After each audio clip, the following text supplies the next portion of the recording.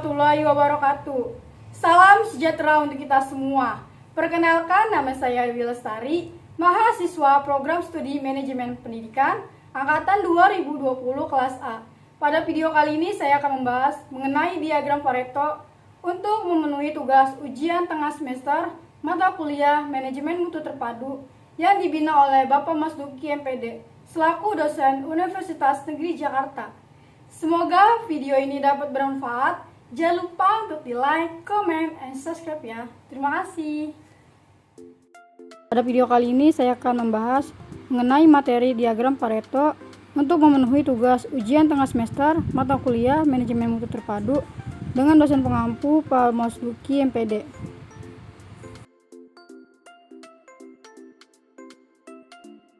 Selanjutnya yaitu ada pokok pembahasan.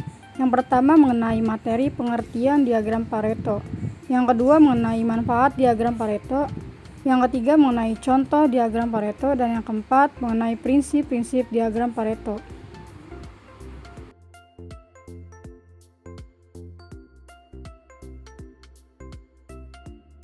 Pengertian diagram Pareto. Diagram Pareto merupakan salah satu tools atau alat dari QC7 Tools yang sering digunakan dalam hal pengendalian mutu.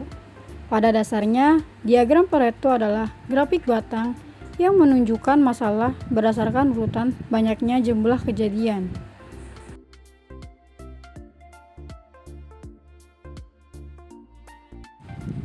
Pengertian diagram Pareto menurut para ahli. Diagram ini berdasarkan pekerjaan Vilfredo Pareto, seorang pakar ekonomi di abad ke-19, Joseph M. Juran, mempopulerkan pekerjaan Pareto dengan menyatakan bahwa 80% permasalahan perusahaan merupakan hasil dari penyebab yang hanya 20%.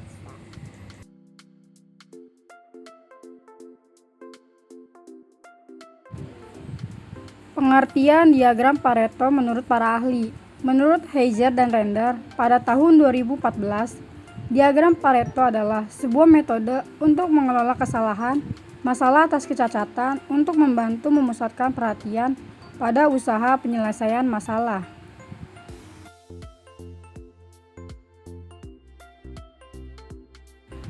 Pengertian diagram Pareto menurut para ahli.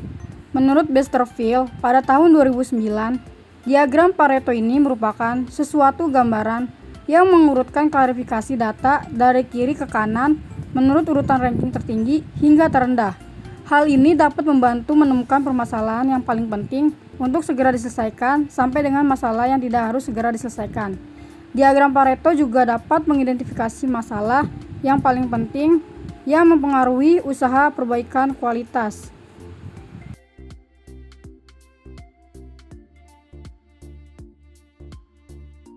Selanjutnya yaitu ada manfaat diagram Pareto.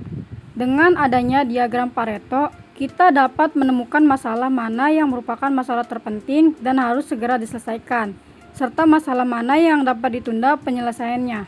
Umumnya, masalah dengan frekuensi terbesar akan selalu diutamakan penyelesaiannya dibandingkan dengan masalah yang memiliki frekuensi terkecil. Karena itu menunjukkan bahwa masalah tersebut telah parah dan membutuhkan tindakan secepatnya.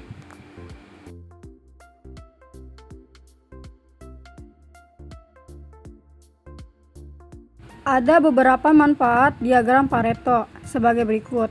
Yang pertama, untuk menentukan dan mengidentifikasi prioritas permasalahan yang akan diselesaikan. Yang kedua, untuk menunjukkan nilai aktual dari setiap parameter yang ditinjau. Yang ketiga, untuk menunjukkan hasil perbaikan melalui diagram Pareto.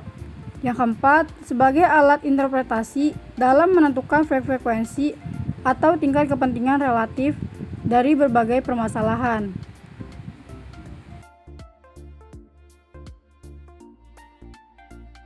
Berikut contoh diagram Pareto. Nah, gambar contoh diagram Pareto ini merupakan contoh sederhana dari sebuah diagram Pareto dengan menggunakan sampel data frekuensi relatif dari penyebab IP rendah.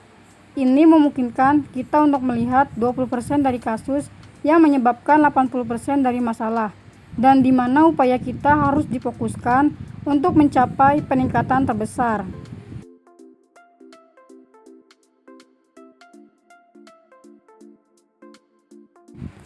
Cara membuat diagram Pareto. Ada 8 tahap yang tercakup dalam pembuatan diagram Pareto. Seperti yang pertama, kumpulkanlah sebanyak mungkin data yang menunjukkan sifat dan frekuensi peristiwa tersebut. Lalu yang kedua, tentukan kategori yang akan digunakan untuk menganalisa data tersebut. Yang ketiga, alokasikan frekuensi peristiwa menjadi kategori yang berbeda. Yang keempat, hitunglah frekuensi tersebut ke dalam persentase. Yang kelima, buatlah diagram batang. Keenam, kemudian urutkanlah diagram batang tersebut mulai dari yang terbanyak. Yang ketujuh, ceklah dampak Pareto dalam diagram batang tersebut. Lalu yang terakhir, yang ke-8, apabila dampak Pareto jelas, ambil tindakan pada item atau faktor yang paling umum.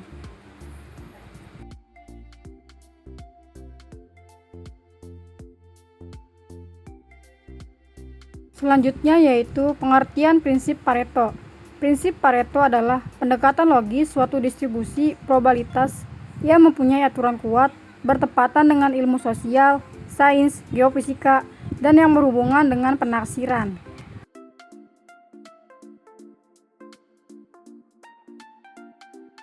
Diagram Pareto digunakan saat yang pertama, menganalisis data tentang frekuensi masalah atau penyebab dalam suatu proses. Yang kedua, ingin fokus pada masalah atau penyebab yang paling signifikan dari sekian banyaknya masalah atau penyebab. Lalu yang ketiga, menganalisis faktor penyebab atau masalah yang luas dengan melihat hal khusus dari penyebab atau masalah tersebut. Dan yang terakhir, yang keempat, yaitu mengkomunikasikan data dengan pihak lain.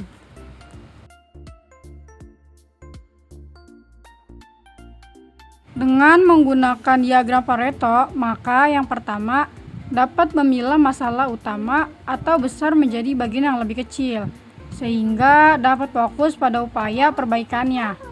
Lalu yang kedua, mengidentifikasi dan mengurutkan menurut prioritas atau faktor yang paling signifikan. Yang ketiga, memungkinkan pemanfaatan yang lebih baik sumber daya yang terbatas.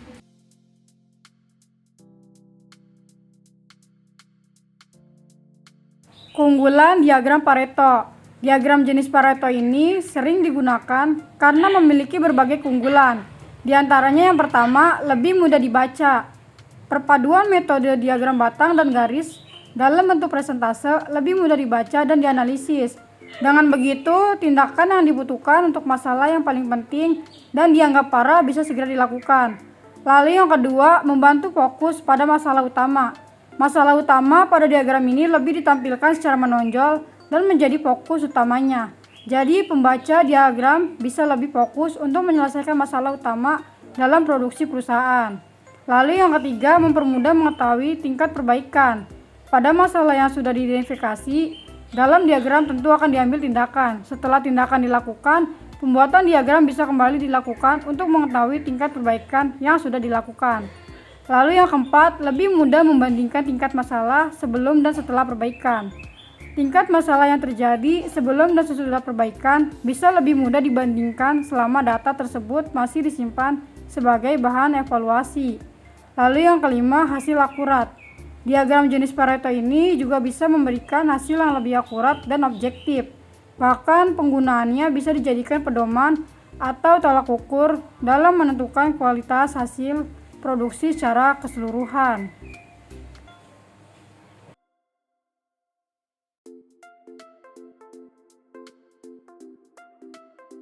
Prinsip diagram Pareto.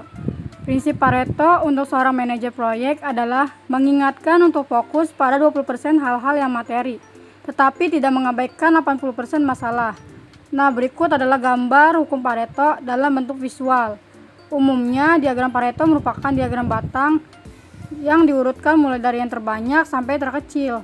Diagram Pareto juga memiliki banyak aplikasi dalam bisnis dan pekerjaan. Demikian halnya, diagram Pareto dapat diaplikasikan dalam kontrol kualitas.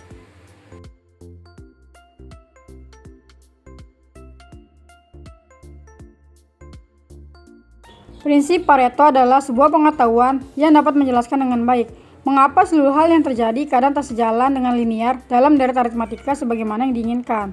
Kita meningkatkan jam kerja 2 kali lipat, tetapi tidak selalu mendapatkan hasil 2 kali lipat. Kita menambah banyak pegawai, tetapi produktivitas tidak bertambah sebanyak itu. kita melebihkan lini produk baru tetapi tidak mendapatkan profit yang lebih besar. Prinsip Pareto memberitahu kita bahwa ternyata setiap hal di dunia ini tidak terdistribusi secara merata. Prinsip ini terbukti cukup akurat saat diimplementasikan pada berbagai peristiwa. Di antaranya, 80% dari keuntungan perusahaan dihasilkan dari 20% konsumen. 80% kecelakaan di jalan raya disebabkan 20% pengendara. 80% klaim garansi produk diajukan oleh 20% pelanggan. 80% pendapatan pajak datang dari 20% penduduk. 80% keterlambatan jadwal timbul dari 20% penyebab penundaan. 80% penyakit disebabkan 20% faktor pemicu. 80% dari aplikasi yang terpasang di handphone kita, hanya 20% yang sering kita gunakan. Dengan prinsip yang sama, nilai ini juga dapat dibalik. Contohnya, 20% jumlah karyawan berkontribusi terhadap 80% kinerja sebuah perusahaan. Kita dapat terus melanjutkan perhitungan tersebut untuk banyak hal yang lainnya. Dengan mengetahui prinsip Pareto ini, kita sekarang dapat melihat segala sesuatu dengan lebih terang, bukan? Kalau sudah begitu, maka tugas berikutnya adalah merubah strategi demi memaksimalkan outputnya. Ada banyak lapangan untuk menerapkan prinsip ini: produktivitas, bisnis, time management, hingga interaksi sosial. Juga pada bidang yang lebih spesifik, olahraga, kesehatan, engineering, teknologi komputasi, dan lain sebagainya. Prinsip Pareto memungkinkan kita untuk melakukan lebih sedikit untuk hasil yang lebih banyak, yaitu dengan memaksimalkan bagian yang memberitahu kontribusi lebih banyak dibandingkan yang lain. Jika kamu berjualan, marketing plan atau perencanaan adalah hal terpenting dibandingkan yang lainnya. Porsinya kurang lebih 20% dari seluruh proses yang terjadi. Tentu saja kamu dapat menghemat banyak waktu dengan hanya memperhatikan yang 20% itu. Dan jika kamu memberikan usaha yang lebih banyak di sana, maka dampak 80% yang dihasilkan juga akan menjadi lebih besar.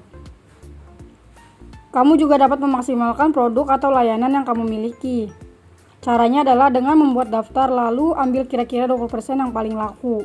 Misalnya ada 10, maka pilihlah 2 yang terbaik. Besar kemungkinan itu punya kontribusi 80% terhadap keseluruhan omsetmu. Dengan memberikan perhatian lebih pada 20% itu, kamu dapat meningkatkan 80% hasil secara keseluruhan. Kemudian, yang tak kalah penting adalah memaksimalkan sumber daya yang kamu miliki. Jika kamu memiliki karyawan, tim pemasaran, CS, atau apalah namanya, amatilah 20% yang paling produktif. Karena bisa jadi mereka lah yang punya 80% kontribusi pekerjaan atau penjualan produkmu. Berikut reward kepada orang-orang ini agar terpicu untuk lebih produktif lagi dan jadikan sebagai role model bagi yang lainnya. Selanjutnya, prinsip Pareto ini juga dapat kita gunakan untuk menggapai goal atau apapun yang ingin kita capai, yaitu dengan menentukan hal penting kecil mana yang harus kita kerjakan terlebih dahulu sebagai prioritas. Kira-kira 20% dari seluruh pekerjaan, sebab jangan-jangan itulah yang akan memberikan kontribusi terhadap 80% pencapaiannya. Alih-alih mengerjakan banyak hal lain yang memberikan kontribusi yang lebih kecil, lakukanlah yang paling kecil tapi yang paling penting untuk memberikan output yang lebih berarti. Prinsip Pareto adalah sesuatu yang penting bagi kita. Meski demikian, perlu diingat jika prinsip ini bukanlah ilmu pasti alam yang nilainya selalu seperti itu dan tidak ada bisa diubah sama sekali, sebab ia hanyalah prinsip, bukan sebuah hukum. Fungsinya sekali lagi adalah untuk menjelaskan apabila hampir seluruh hal yang ada di dunia ini tidak terdistribusi secara merata. 1 tidak selalu berarti 1, 2 tidak selalu berarti 2. Dengan mengetahuinya, kita dapat memberikan perhatian kepada 20% bagian yang paling penting untuk meningkatkan 80% hasilnya. Sekian dari saya. Terima kasih.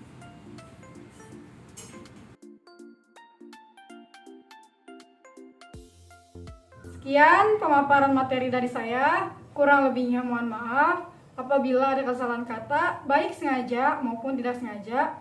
Wabillahi taufiq wal hidayah. Wassalamualaikum warahmatullahi wabarakatuh.